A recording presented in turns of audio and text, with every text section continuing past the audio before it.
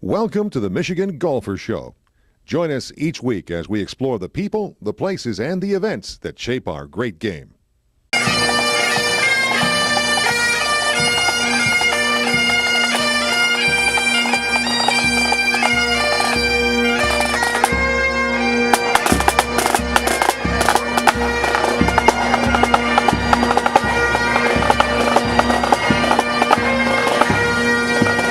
We're at the West Michigan Golf Show with Lou Guzzi, who's one of the top golf teachers in the USA.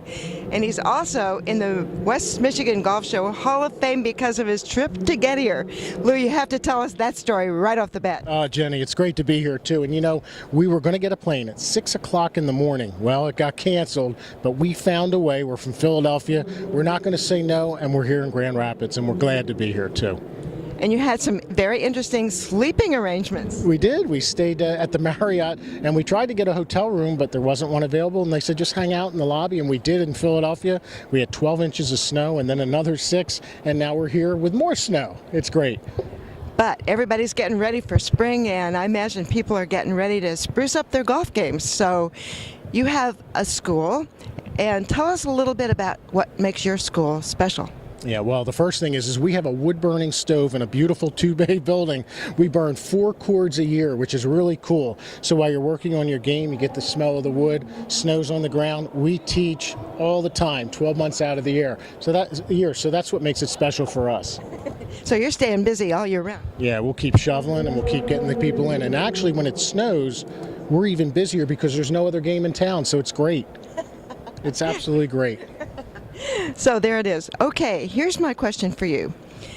A beginner is one thing, but what happens when you get a golfer whose swing needs to be completely deconstructed and you start over? How do you tackle a golfer like that? Yeah, that's a tough question because, you know, how long has a golfer been playing with that swing? So first question we're going to ask is, how long have you been playing? And then we have to make a decision together. It's not just about what I want as an instructor, it's about what we're going to do together. And will they put the time in to make those swing changes? So if they can't put the time in and do those biomechanical changes and make the swings and practice, they're probably not going to get it. So we interview them, we find out if they want to do it. And then if they're committed to it, we'll start the process.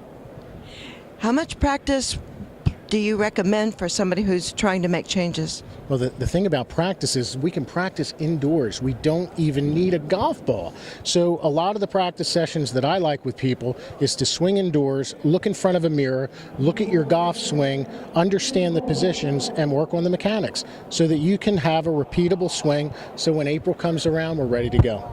So a golfer really needs to get those new mechanics in his muscle memory or in her muscle memory before they go out on the course. They do, and it's repetitions. You know, it's like a rat on a wheel. I look at it this way. You know, the rat's in the cage, and it's like there's a wheel there, and finally the rat says, I'm going to get on the wheel and have some fun. We need to do that with our body. We have to do the reps. We can understand exactly what the instructor wants us to do, but you still have to do the reps over and over again. Think about it this way, for all your viewers out there.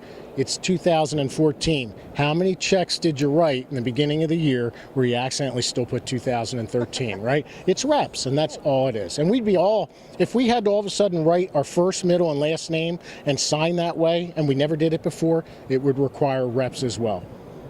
That makes a lot of sense. And one of the things that I think is really interesting about golf instruction is people pay attention to the drive, and they pay attention to shots on the fairway, but when they get closer to the green, they really don't know what to do.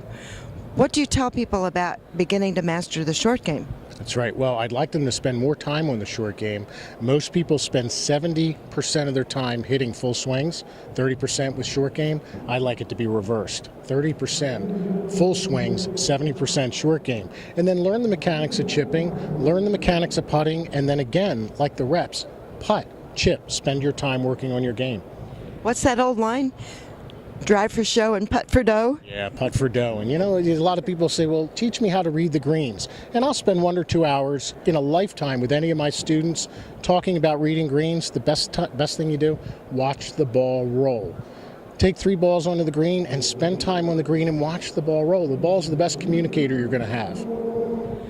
I think one of the things that amazes ordinary golfers is that the professional golfers have instructors.